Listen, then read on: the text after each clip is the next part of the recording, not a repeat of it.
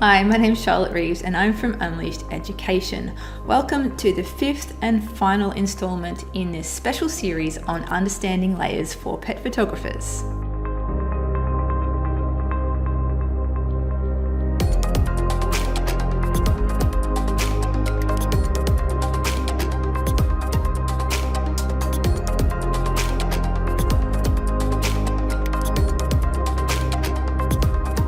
In the first 4 episodes, we covered everything from what Photoshop layers are and how to work with layer masks. In this final episode, we're going to be tying up a few loose ends. We'll look at merging layers and flattening your image, and when and how to use smart objects. And finally, how to filter and search through your layers. Let's get into it now. So while you're still finding your way in Photoshop, and while you're still going back and continually tweaking layers and changing the properties of your adjustment layers to get the exact look that you want, it is good to keep all these layers visible. You might even want to save the image with the layers intact so that when you open the file back up again, all your layers are there.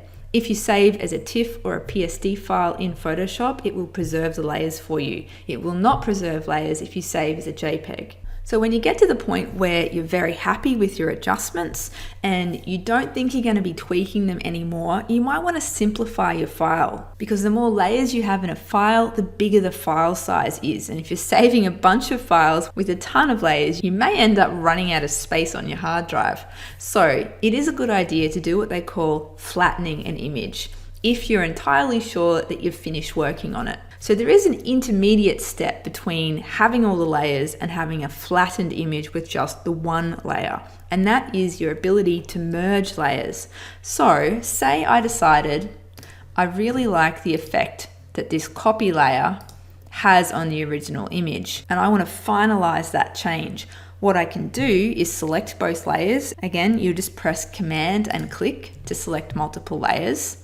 And you can either right click and go to merge layers, and that will make that into one layer, or you can go through the menus as well. So you can go layer, merge layers, and you'll see there's a keyboard shortcut for that as well, which is Command or Control E.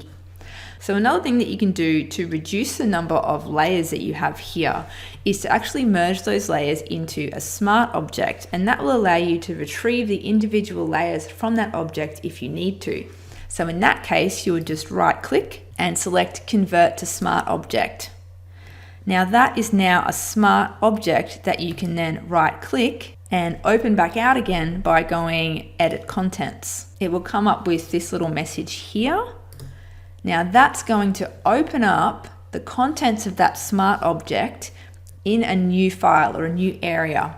So this is now a separate file to this one here. So there's those 2 layers that we merged. So now we can do things to this layer. We might want to say invert a mask on that and paint into the mask so it's just Fletcher's face that has all the contrast in it. We can then save that PSB file, which is the smart object that's been opened up. So Command S to save that, close that. And now when we go back into the original file, that smart object has been updated with the changes that we made. So that is one way that you can retain your layers, but make your layers palette not quite as complicated. This isn't something I do very often because I find it's just a little bit fiddly, but it's good to know that's an option for you.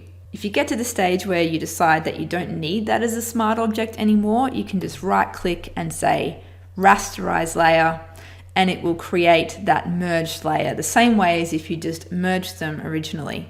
Now, say you don't want to merge your layers, you don't want to flatten it, and you've got 20 layers and you're just really having trouble finding things. First of all, naming your layers, putting them into groups will really help. But if you still have trouble finding things, you have a nice little handy search and filter at the top here of the layers palette. So you can filter these layers so you can only show certain layers.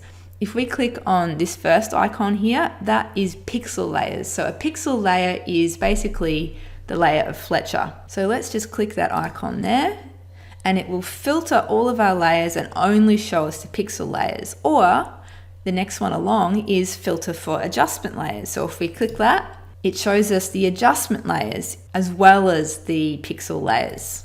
So you can toggle these on and off. There's a text layer version here, so you can toggle these on and off to only show and hide particular types of layers. So let's just change this back so we're not filtering any of these. We're seeing all the layers again.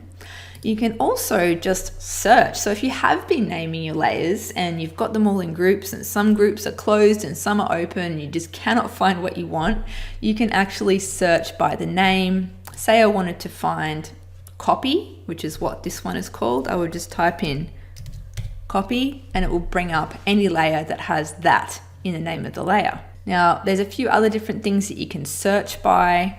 So if you do tend to end up with a ton of different layers and you find it hard to identify or find particular layers that you need, have a bit of a play with those options there to see if that helps you locate your layers better.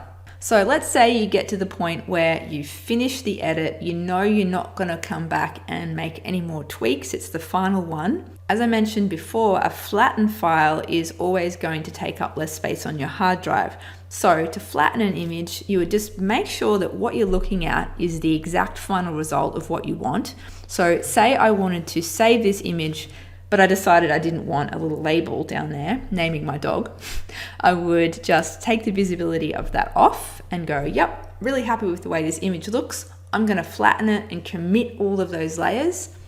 You can just go up to layer and flatten image, and it compresses and squishes all of those layers into one final layer, which is called a background layer and which is locked. Now, if you save that file and then you later decide, oh, actually, I want to go in and just tweak something, I'm sorry, but you can't. Once you've flattened the file, that's it. You can no longer access all the layers that used to be in that file. So definitely only flatten a PSD or a TIFF file if you definitely don't want to go in and make any more changes. So I think that's basically it. If you have any questions about any of the content that I've covered in this video, please post them in the comments and I shall get back to you. If you like this video, please subscribe to our Unleashed Education channel. This was the 5th and final episode in this 5-part series on working with layers for pet photographers. I hope you enjoyed this series. Let us know what you thought of it in the comments.